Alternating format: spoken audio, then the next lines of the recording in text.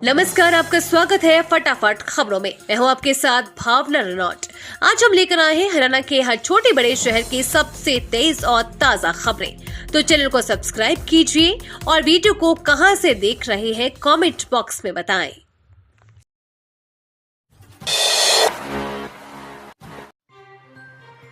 हरियाणा में 14 साल बाद सरकारी कर्मचारियों को राहत, मकान बनाने के लिए 25 लाख एडवांस मिलेगा। बेटा बेटी की शादी के लिए लोन ले सकेंगे।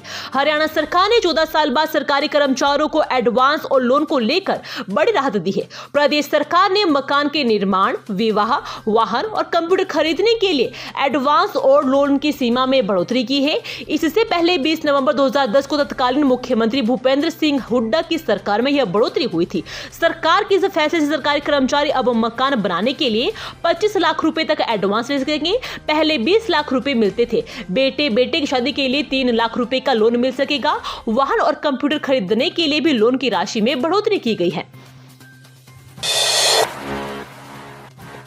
हरियाणा में विभिन्न विषयों के लिए लेक्चरर के 237 पदों पर भर्ती, इस दिन से करे पंजीकरण। हरियाणा लोक सेवा आयोग ने उच्च शिक्षा विभाग में विभिन्न विषयों के लिए ग्रुप बी लेक्चरर के पदों पर भर्ती के लिए अधिसूचना जारी की है। आयोग ने विज्ञापन संख्या 72 से 87/2024 के तहत योग्य उम्मीदवारों से इन पदों के लिए आवेदन आमंत्रित किए हैं। इच्छुक उम्मीदवार 7 से 27 नवंबर 2024 तक आयोग की आधिकारिक वेबसाइट hpsc.gov.in के माध्यम से इन पदों के लिए आवेदन कर सकेंगे।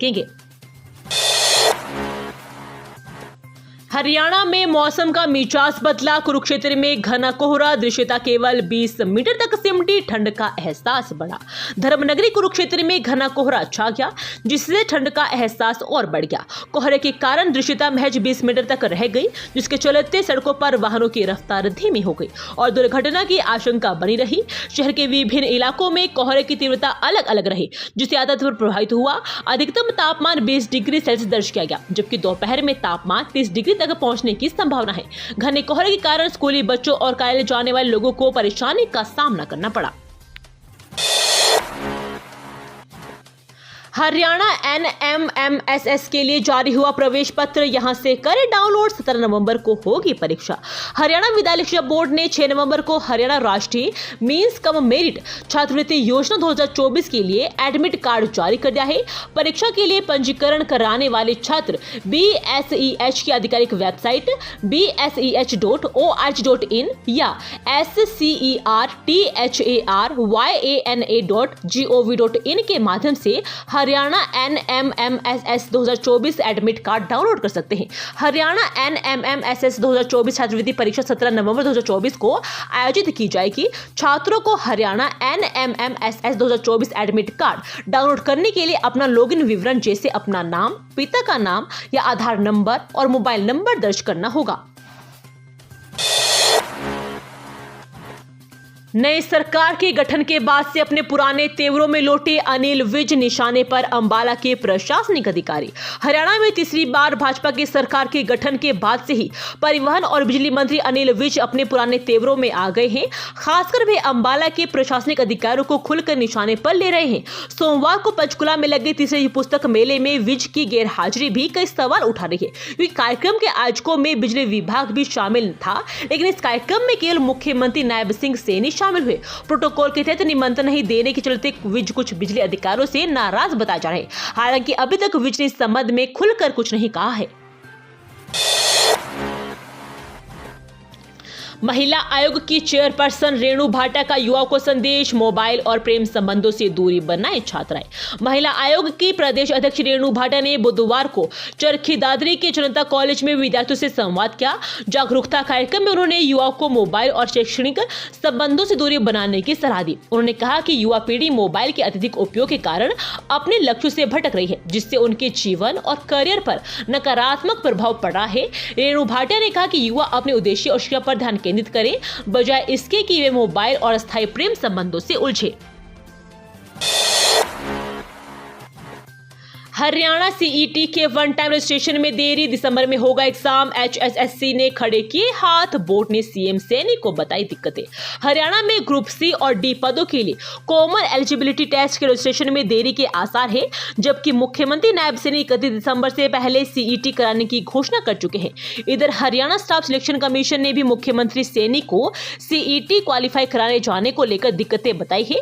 इसको लेकर सीएम सैनी मीटिंग भी कर चुके हैं। इस मीटिंग में सीईटी में कराए जाने वाले संशोधन और दूसरी आने वाली परेशानियों को लेकर चर्चा की है। आयोग ने बताया कि भले ही सीईटी में अभ्यर्थियों की संख्या में 4 गुना अभ्यर्थियों को शॉर्टलिस्ट करने का प्रावधान है, लेकिन हकीकत में ऐसा नहीं हो रहा है। प्रत्येक अभ्यर्थी को कई बार शॉर्टलिस्ट हो रहा है।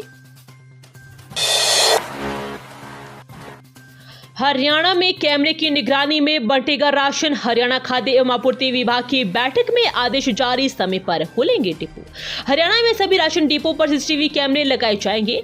इससे डिपो पर होने वाली चोरी और राशन न मिलने वाली शिकायतों पर काफी हद तक कमी आएगी। इन सीसीटीवी कैमरों को सेंट्रलाइज किया जाएगा। 200 करोड़ रुपए से सुधरेगी गुरुग्राम की सड़कों की दशा, 10 जगह पर एफओबी बनाने का भी प्लान, मिली मंजूरी। सब कुछ प्लान के अनुसार हुआ तो जल्द ही गुरुग्राम की सड़कें संवरेगी। इसके अलावा भी कई विकास कार्य होंगे। जीएमडीए के 258 करोड़ के प्रोजेक्टों को मंगलवार शाम चंडीगढ़ में सीएम की अध्यक्षता में हुई high power workers purchase committee की बैठक में मंजूरी मिलने में समाधान की आस जगी है। नए सेक्टर, नए गुरुग्राम के अलावा पुराने शहर की मुख्य सड़कों पर इस प्लान के तहत काम होगा। इसके अलावा शहर की मुख्य सड़कों पर इस प्लान के तहत काम होगा। इसके अलावा शहर में 4 जगह एफओबी बनाने का काम जल्द शुरू होगा। सेक्टर 48 में सिटी बस डिपो के काम को मंजूरी मिल गई है। शहर में centralised integrated water management system लागू करने की बात भी कही गई है। नासा की वेबसाइट पर हरियाणा के पराली प्रबंधन की दिखी सकारात्मक तस्वीर, पड़ोसी राज्यों से कम मामले। नासा की आधिकारिक वेबसाइट पर 4 और 5 नवंबर के एक्टिव फायर डेटा की तस्वीरों ने हरियाणा के पराली प्रबंधन की एक सकारात्मक तस्वीर पेश की है। इस बार भी हरियाणा में पराली जलाने के मामले पड़ोसी राज्य के मुकाबले लगभग 2/3 कम दर्ज किए गए हैं। नासा की इन तस्वीरों में हरियाणा में पराली जलाने के बेहद कम केस स्पष्ट रूप में देखे जा सकते हैं। जुलाना में विनेश फोगाट का कैप्टन बैरागी के साथ दंगल, समझे बीजेपी ने क्यों खेला ये दांव। हरियाणा की 90 विधानसभा सीटों पर चुनाव के लिए बीजेपी ने अब तक 88 उम्मीदवारों का ऐलान कर दिया है। कांग्रेस ने 41 कैंडिडेट उतार दिए हैं, जबकि आम आदमी पार्टी ने 20 प्रत्याशी उतारे हैं। कांग्रेस ने जींद की जुलाना सीट से रेसलर विनेश फोगाट को उतारा है, जबकि बीजेपी ने सीट से मंगलवार को कैप्टन योगेश बैरागी को उम्मीदवार बना दिया है। जबकि जेजेपी ने सीट से अमरजीत डांडा को दोबारा मौका दिया है। हालांकि मुकाबला पहलवान विनेश फोगाट बनाम कैप्टन योगेश बैरागी के बीच ही है। 2 जितेंद्र में कंफ्यूज हुई सीबीआई, गलत घर में डालती रेड, जाने फिर क्या हुआ। हरियाणा के पानीपत जिले में सीबीआई की टीम ने दस्तक दी, लेकिन नाम की गलतफहमी के चलते वो किसी और के ही घर में घुस गई। सीबीआई की इस गलती का आरोपी ने फायदा उठाया और परिवार सहित मौके से फरार हो गए।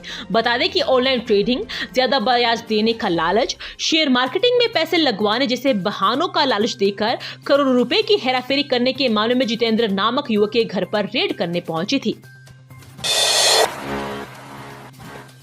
हरियाणा में फर्जी सर्टिफिकेट पर 4 साल सरकारी नौकरी, पूर्व खेल अधिकारी समेत 4 गिरफ्तार, पीडब्ल्यूडी और सिंचाई विभाग में जॉब कर रहे थे।